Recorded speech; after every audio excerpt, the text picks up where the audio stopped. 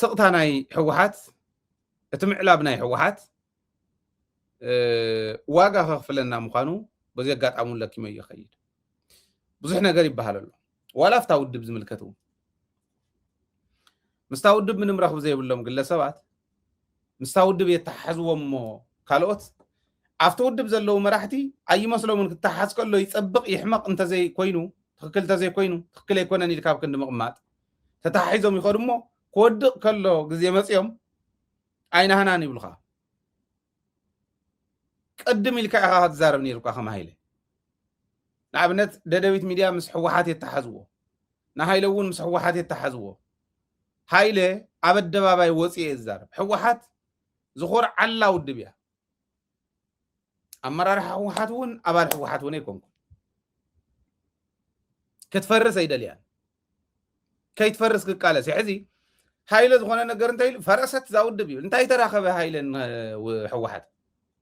ዝኾነ ቆልዓ ወንጨርጨር ክብል ቀኒሎም ቅነሪኢኹሞ ሰባትና ዘለፈ ትካላትና ዘለፈ ይሕሱ ሕዚ ስኳ ድሓን መወዳእትኡ ኣዲኡ እውን ይዘብጥ ኢሎምኒ ብጣዕሚ እየ ሓዚነ በደ ይኾነለይን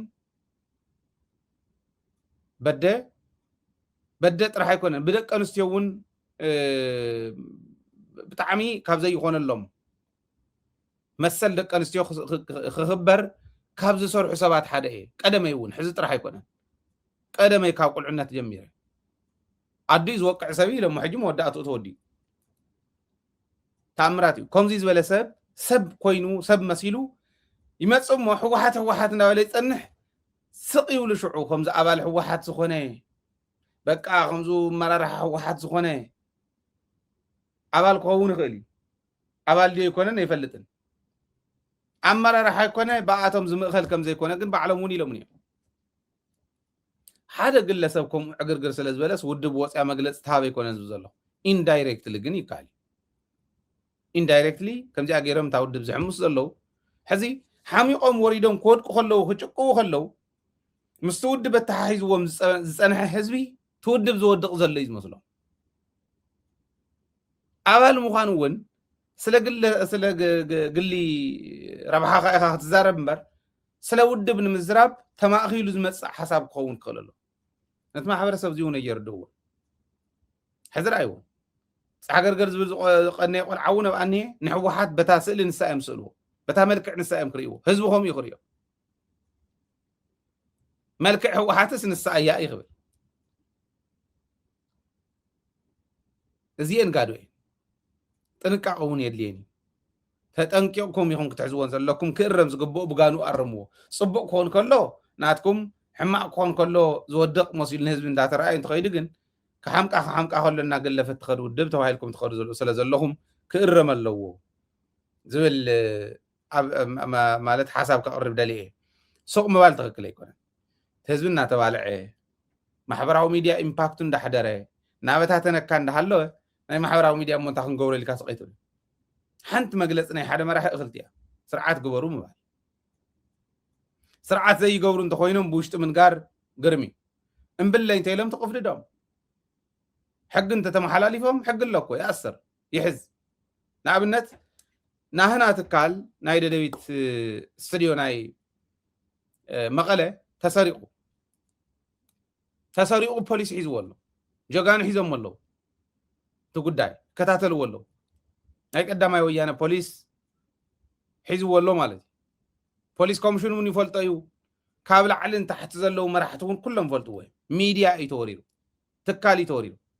ኣይተወረረን ባዕሎም መስሪቖሞ ይብል ነይሩ ትማሊ ብርሃነ ጫልቱ ዲ ዝበሎ ኣረጋ ጫልቱ ሸልሚ ኣዲኡ ዝወቅዕ እውን ንሱ እዩ ሓቱ ደቂ ኣንስትዮ ዝገርፍ ተኣምራት ኮ እዩ ከም ዝበለ ውድቀት የለን እቱም ሰብ ኣይትዛረብዎ ይትበሉና ዋክእረም ኣለዎ ካብዚ መሓርኩም ከም ዝበለ ሞዴል ከይህልወኩም ተባሂሎም ወለዶ ክንገሮም ኣለዎ ተሓድሽ ወለዶ ብመንገዲ ናቱ ዝኸይድ ሰብ ከይህልወና ክንሕሉ ኣለና ዓደ ምውቃዕ ነውሪ ጥራሕ ኣይኮነን ብላዕላይን ብታሕታይን ወንጀል እዩ ኣብ ሰማይ እውን ወንጀል እያ ኣብዚኣ እውን ወንጀል እያ እዚ ዝገብሩ ሰባት ስስ ናይ ባዕሎም ፕራይቬት ይንወሉ ፖሊስ ዝሓዞ ጉዳይ ፖሊስ ሒዝዎ ዝከታተሎ ዘሎ ጉዳይ ፖሊስ መግለፂ ክህብ ከሎ ፅባሕ ንጎንታ ይኽብል ዝቆልዓ ኣብኣ ኮይኖምስ እቶም ፖሊስ ኣይሕዝውን ወኣበይ ሪኢኻዮ ኣነ እውን እንተኮይነ እኮ ፅቡቅ ንዓይ እውን ኮ ክትሕዘኒ ዝግብኦ እቲ ፖሊስ ከይዱ ተኸታቲሉ መረዳእታ ሃባ ከምዚኣ ዝበልካየን ክብል ኣለዎ ከምዚ ዘይብል ምምሕዳር እንተኮይኑ ኩሉ እንተደቂሱ ሓላፍነት ተዘይተዋፅዩ ጋደደ ይኮነን እቲ ምሰብ ኣውስትራልያ ኮይነስ ትካለይ ከስርቕ ኣብኡ ኮይነስ እንተኾነ ትካለ ስሪቕካ እንታይ እዩ ዝርከብ ናይ ባዕልካ ትካል ከመይ ጌርካ ተስርቕ እንታይ ኢቱ ማለት ከመይ ዝበለ ሕልና ኢኹም ክሓስብ ዝኽእል ተንዳዕሪዑ ግን ብደንቢ ኣብ ኣደባባይ ኣውሪድና ሒዝና እየና ኣነ ሰደሎም እየ ቶም ዝምልከቶም ኣብ ኣደባባይ ባዕሎም መስሪቖሞ ኢሉ ባዕልና እንተኮይንና እማ ንዓና ይሓዘና ሕጊ ሓዝዎ ፖሊስ እታ መረዳእታ የቕርበልኩም እሞ ሓዝዎ ፕሊስ ከምዚ እንዳበለ እንዳሃለወ ሃይለ ስለ ክዛረብ ከለኹ እዚኣ ናይ ተወሰነ 5 ደቂቃ ተዛሪበ ኣንታ ሃይለ እንታይ ወረደካ ይብል ዓንጃል ወዲ ዓንጃል ናባይ ይድው ሃይለ እኮ እየ ዝግረፍ ዘለኹ እቲ ንብረት ልሕፅ ኢለ እየ ገዚአ እዮ ንህዝቢ ከግልግል ኢለ እየ ገዚአ እዮ ንብረት ጠፊኡ እናሃለወ ብክንዲ ተኸታተል ህዝቢ ዝብል መደናገር ሓሳብ ዘምፅእ መዛብዒ እቲ ጉዳይ ከይርከብ ምናልባሽ እውን እንተሃልይዎ እውን ኣይፈልጥን ኣነ ኣለዎ ኣይብልን ዘለኹ መንግስቲ ይሓዞ ፖሊስ እዩ ዘፃርዮ ዘሎ ከመይ ገይሩ ፈሊጡ ከመይ ገይሩ እዩ ከምዚ ዓይነት ሓበሬታ ከቕርብ ክኢሉ ኢሉ ግን ፖሊስ ክሕዞ ኣለዎ ይሕተቶ ንሕና እንተኮይንና እውን ንዓና ሓዙና ግን ይተሓተት ፈልጦ ኮይኑ ባዕሎም እዮም ኢሉ ኣሎ መፃረይ ኮይኑ ከምዚኣ ተሰይራ ከምዚኣ ተገይራ መሊቑ ኣዶ ገለ ኣዶ ኢሉ ፖሊስ ዝምርምሮ ዘሎ ይትረፍደ ንሱ ንሕና እውን ዘይንኸዶ ቢሮ እንታይ ክገብር ከይዱ ናብኡ መረዳእታ እንተሃልይዎ እውን ይሃበና እዩ ዝበሃል ከምዚ ዝገብሩን እዩ ነቲ ውድብ እውን ከምኡ እዩ ደደቢት እውን ከምኡ እዩ ሕጊ እንተዘይተኸቢሩ ክበልዓካ ክመፅእ ናፍታ ደጀን ቢሮ እዩ ክመፅእ ኣይትጠራጠር ከምዚ ዝበለ ሰብ እናተበራኸተ ክኸድ ከሎ ሓዝዋ እዚኣ ከምዚ ዝበለ ሰብ እናተበራኸተ ክኸድ ከሎ ክበልዓካ ክመፅእ እዩ ሽዑ ሕጊ ጥሒሶም ካሊእ ጥሒሶም እንተኢልካ ሃይለ ሳይለንት እዩ ዝኸውን ሳይለንት እየ ዝኸውን ልክዕ ከምዚ ንጌታቸው ሆሆ ክብሉ ከለዉ ድሓር ኣነ ኣይገደሰንን ምክንያቱ ካብ በየነ ጀሚርና እስካዕ በዓል ጌታቸው ክንከድ ከለና ክነቃልዕ ከለና ሽዑ ኢኹም ክትሕግዙና ነይሩ ድሓር ዋጭዋጭ ኣይእትወና ንዓና ኢልናኩም እንደ ነርና ካብ ምባል ወፃኢ ካሊእ ክንብለ ይንኽእል ስለዚ ሕጂ እውን ከማ እያ ታትኸር ዘላ ኣብ ትግራይ ስቱድዮ ተሰሪቑ ክበሃል ከሎ ይፃረ ይበሃል እምበር ሓደ ግለሰብ ወፂኡ ክንዲ ኩርኮ ዝኾን ቆልዓ እሞ ከዓ ጉዕዙይ ባዕለገ ኣዲኡ ዝወቅዕ ሓቱ ዝወቅዕ ዓደ ትውቃዕ ከምዚ ዝገብር ሰብ መሲሉ ወፂኡ ከደናግር ከሎ ወንጀል እንዲሰርሕ ዘሎ ገበነኛ እንዲ ዘዛብዕ ዘሎ ዝሓብእ ዘሎ ፖሊስ ከየፃር እንዲዩ ዘደናግር ዘሎ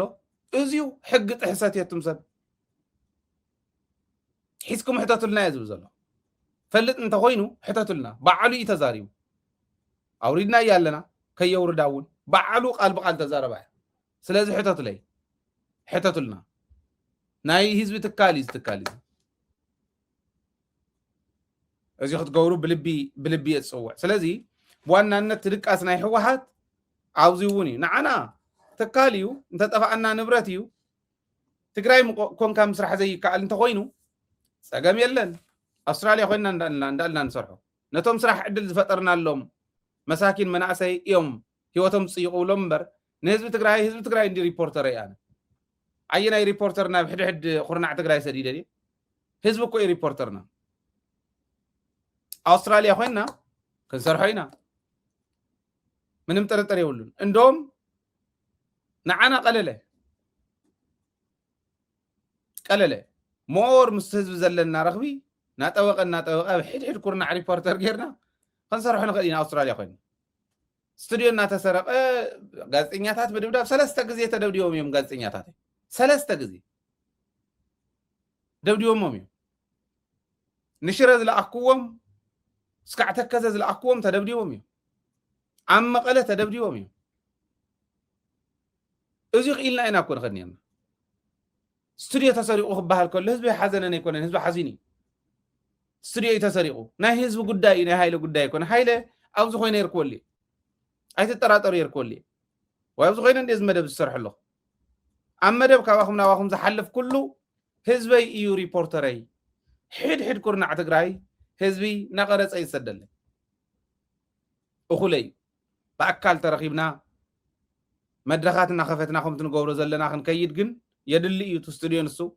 طرعان كقبل يدلي إيو تستوديو نسو أوكي نا بابليك زوص حلو ينقر اللي يزول زمررو زياتني انتن كم غيرهم بالون زلو كيهلو هزو خيد مسي استوديو تسريق بحال كله ግን ፖሊስ እንዳደለ እንዳለው መዛብዕ ዝገብሩ ጫቃሉ ሓደ ጫቁት ዒባ ዘሊል ዘየድሚ ዒባ ክዘል ዘይኽእል ጫቁት ጭቅጭቅ ክብል ከሎ ብሕጊ ምሕታት ነውሪ አዛዊዕሎ ይፈልጣየ ይልሎ ስለዚ ሓዙለይ ሓዝዎ ህዝቡ እውን ዝያበሉ ይተሓዝ ህዝቡ ዘሎ ካሊ ተአምር ይወልኩም ብሕጊ ይተሓዝ ተሓተተለይ ይፈልጣየ ይልሎ እሱ ኮይና እንደም የዘለና የማነ ጸጋም ተጻፊዕና ዘምጻናዮ ገንዘብ ንህዝብ ደኾን የግልግልና ስቱዲዮ ስለዚ ከፈትናሉ ተሪፍና ተትረፍሪፍና ይኮነ እዚዩ ብደንቢ አግባብ ክሕዚ ዘለዎ አግባበት ሕዙለ ይብለለኹ ቅድመ ህዝቢ እዛረብ ዘለኹ ፈልጣየ ይልሎ ፖሊስ እንዳደለ እናሃለው በልና ወለ ናጽዓሩ እናሃለው ከምዚ ተሰይሩ በዚ ተሰይሩ ኢሉ ፖሊስ ምርመሩ ገና እንታይ ተዛረበ ናይ ፖሊስ ናይ ምርመራ ውጽኢቱ ንስ ዝዛረብ አምሲሉ ማለት እዚአቶም ስጥራሕተ ኮነት ትካሉ ናይ ተሰረቀን ኢሉ ነቲ ትካል ምስ ህዝቢ ክፈል በል ዝብል ወንጀለኛውን ከምልጥ ዝጽዕር ማለት ወንጀለኛ ከምልጥ ይጽዕር ዘሎ እከለይ ሰሪቅዎ እከለይ አስሪቅዎ ኢሉ እንድሕር ክዛረብ ኮይን መረዳእታ እንተሃልይዎና ፖሊስ ምኻድ እዩ ኣብዘየለ ከምዚ ምባል ግን ትካል ዝኣክል ተሰሪቁ ከምዚ እንዳበለ ግለሰብ ስቕ እንተይልኩም ካብኡ እንድሓር ንሕና በዓልና እንድሕር ሕጊ ዘየለ ኣብ ኣደባባይ እንዳቃልዓና ይኽን ከዲና ኣይትዛረቡ ይትበሉ ሕጊ ስለ ዘየለ ኢና ንዛረብ ዘለና እዚ ሕጊ እንዳይሓዞን ፅቡቕ ኣይሓዞን እንተኮይኑ ግን ደድሕሪኡ እንዳኸድና እንዳቃልዓና ይኽን ከዲና ማለት زيادة ناتي لذي بوانا نتجن نتناي أبي أحمد شرحن تناي هو حد كاسن يمسيوه أو إنها لنا حنت تجرمت الفيديو قاب زوكمي من الباش أب محاورة ومديوريكم ما تخونيكم حد تجراوي جغنا تجارلاي أباتاتشن تماركوال إنيام ترجمنال بلو እንጂ እንዳለ ዘخزارب ከለ ሰሚዕኩም መትፈልጥ ተኾኒኩም አፋነውን ከም አይለሙ አባታችን ተማርኳል እኛም ተደግመናል ፋኖ ይችላል ስናን ይችላል አባጅሜ ይችላል ጥሪዎ ዘለኹም ሙሩኽ እዩ ናይ አብይ አሕመድ ሰራዊት እዚ እዩ ተዓንተወይ ውን ዓንቶ ቅርቦ ነይሩ ንምስቱ ዕንቶ ኢለ ዘቕረብክዎ ሓወስ ነይርዎ ግን ሰራዊት እዚ እዩ ከምዚኣ ገይሮም ተረቢሎም ማሪኾም ይወስድዎም ነይሩ አይዎ ኦኬ ኣብ ጎጃምን ኣብ ወሎን ዝካየድ ዘሎ እዚ ብዋናነት ግን ምስቱ ትምምስሳል ዓዳም ሓራውን ከምቱ ተጋሩ ዝገብርዎ ዝነበሩ ይገብሩ ኣለዉ ዝብል ክንርኢ እንድሕር ኮይና እዚ መስል ዝብል ከሪአኩም ደልየ